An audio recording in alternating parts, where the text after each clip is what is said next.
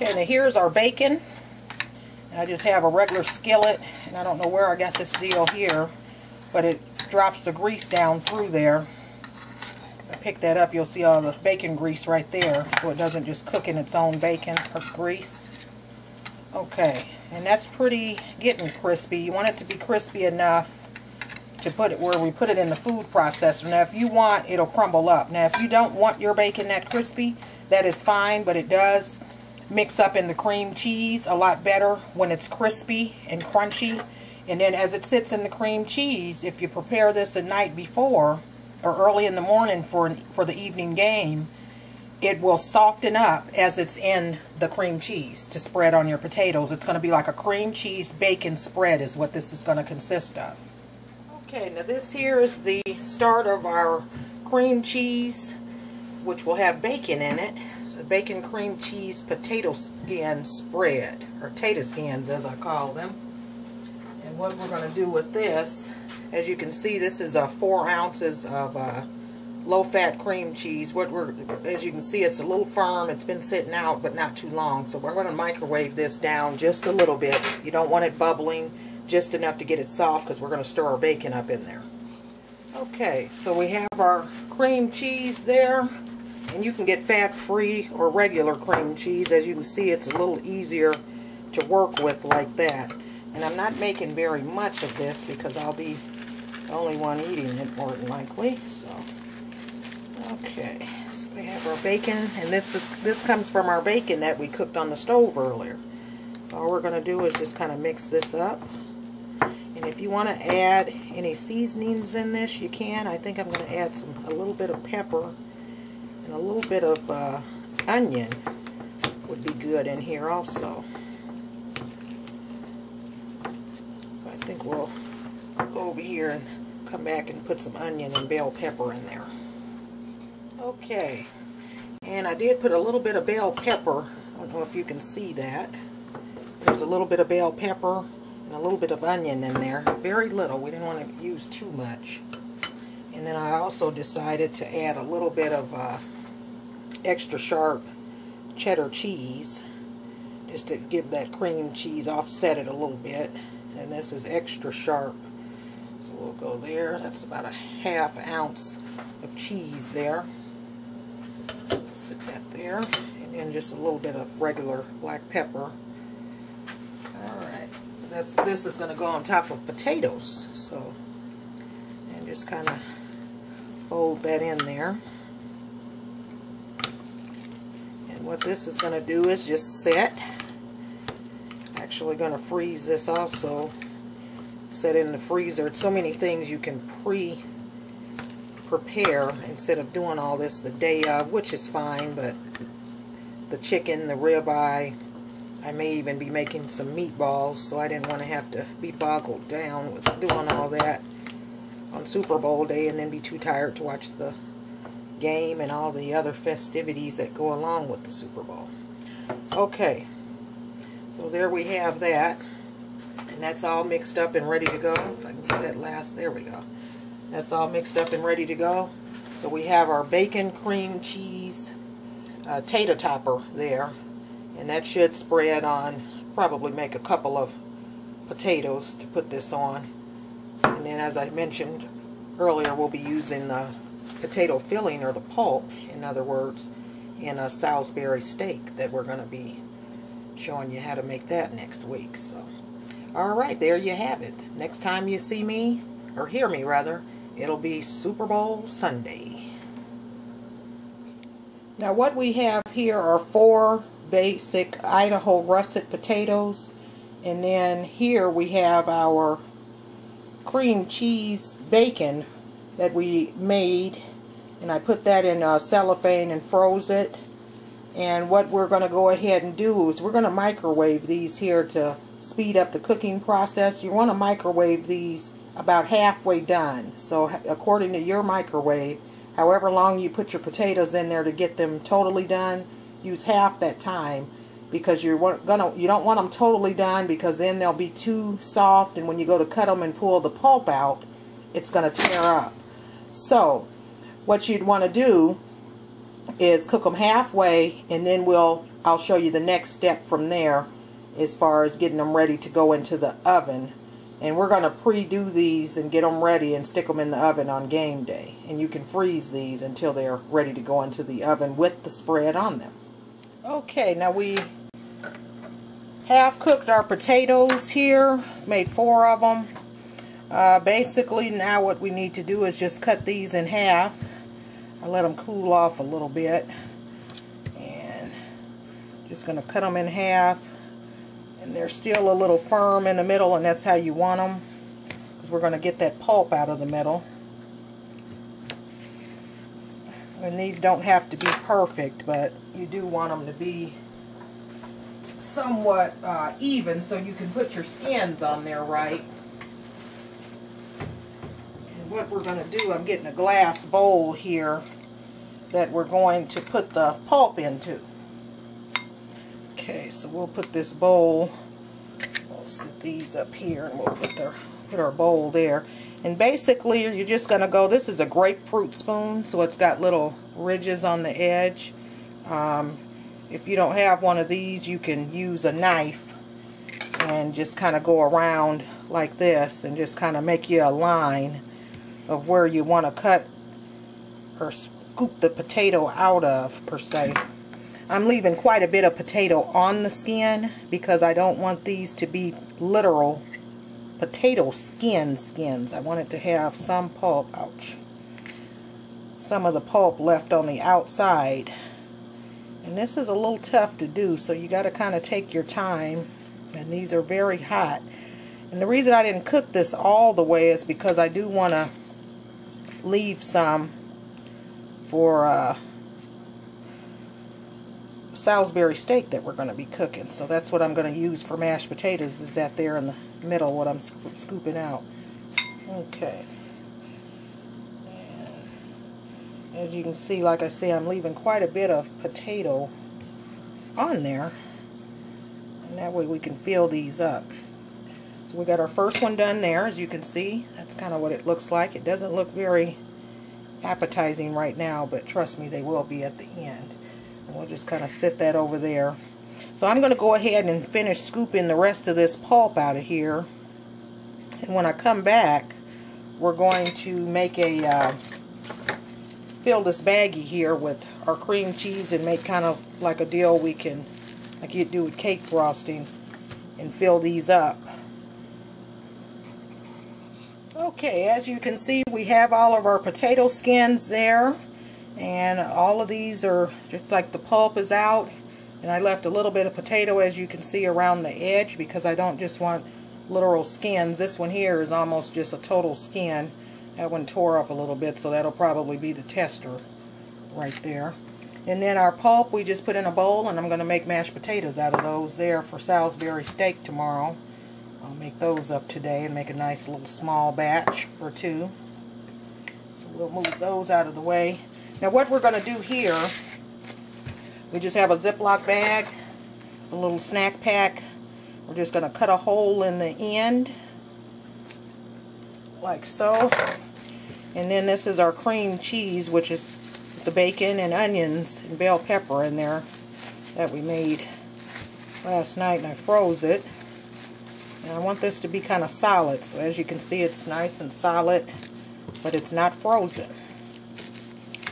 We'll go ahead and put this in here. Close that up.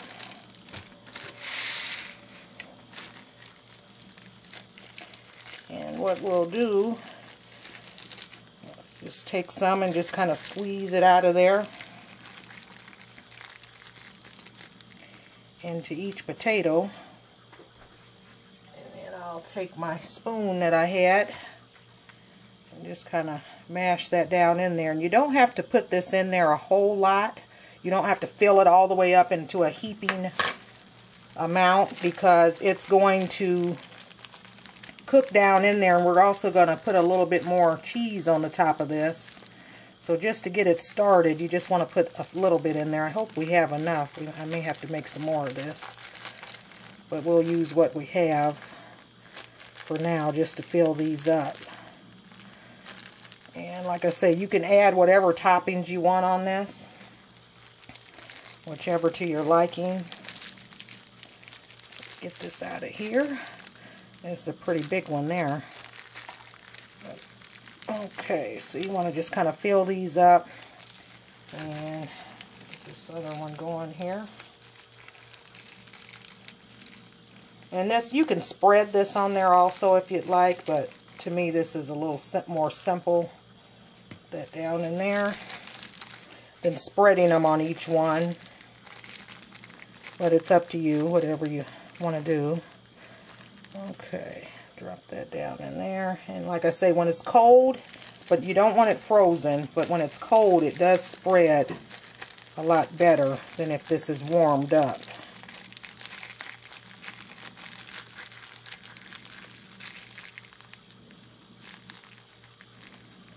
Okay, there's that one there. We got a little bit more left.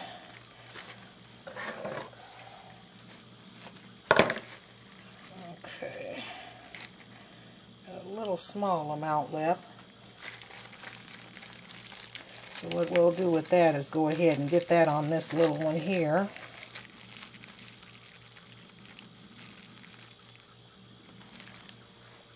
Okay, now what you want to do now, we have, as you can see, the cheese is in there. And these are not, like I say, they don't have to be overfilling, or overflowing, I should say, with this cream cheese bacon mixture, because we're going to add cheese and a little bit of sour cream. So what we're going to do first is just kind of take the spoon and mash this down a little bit just to make it flat.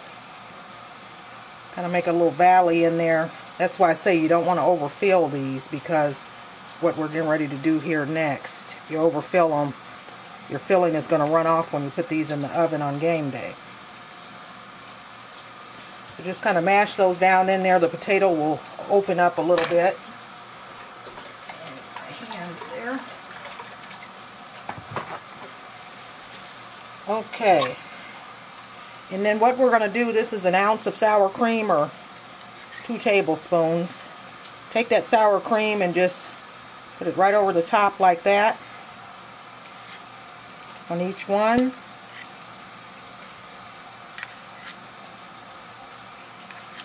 And what this is going to do when you cook this, it's going to kind of run down in there, and it's going to help the cheese that we're going to put on top of here stay on there also. It's kind of like a sealant per se. Some people don't think you can cook sour cream, but actually sour cream is a good filler for mashed potatoes also. Makes them a little more thicker and fluffier when you're whipping them up. Okay, we got a little bit left, and you know I don't waste stuff, so we're going to get that out of there. Okay. Here. And like I say, these potatoes are not perfect, like this one here is torn, but you won't know. We're going to eat those anyway. And then we'll take our cheese and just put a little bit on the tops. And once I get done with these, I'm going to put them in the freezer until game day, and they'll be all ready to go. A little chunk of cheese there. They'll be all ready to go, and you're going to want to bake these on a cookie sheet without a lid or no foil covering. If you cover them up, they're going to be very soft, and they're probably going to tear up when you go to take them off of there. So this is how these will look there. And these are pretty tasty, and like I say, be versatile with your toppings. You can put anything you want on top of these. The main thing is you don't want to overfill them. As you see, I'm pushing this down. You don't want to overfill them because they will run over. As you know, cheese will bubble, and I'd cook these on maybe, I'd say about 250 to 300. I wouldn't have them on 400 or 500. If you want your skins crispier, put them on a bottom rack, a lower rack, and bake them. And you might want to do those at about 350 the last 5 minutes or so of cooking these. Okay. If you want to top them off with some more bacon bits, you can for color. But in our case, what I'm going to use instead of bacon bits, if I can find it, is some good old parsley flakes. Put some parsley flakes on here.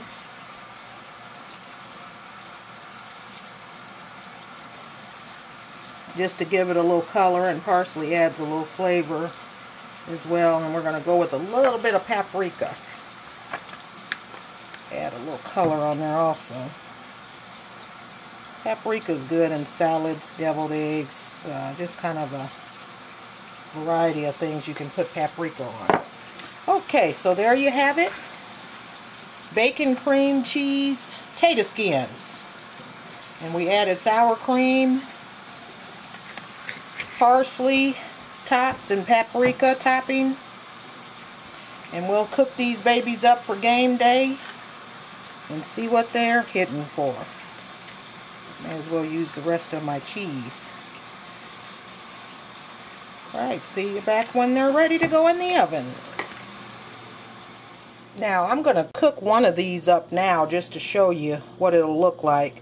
If you do this while the cream cheese and everything is cold, if you pre-prep them, you can spray your skins. Just flip it over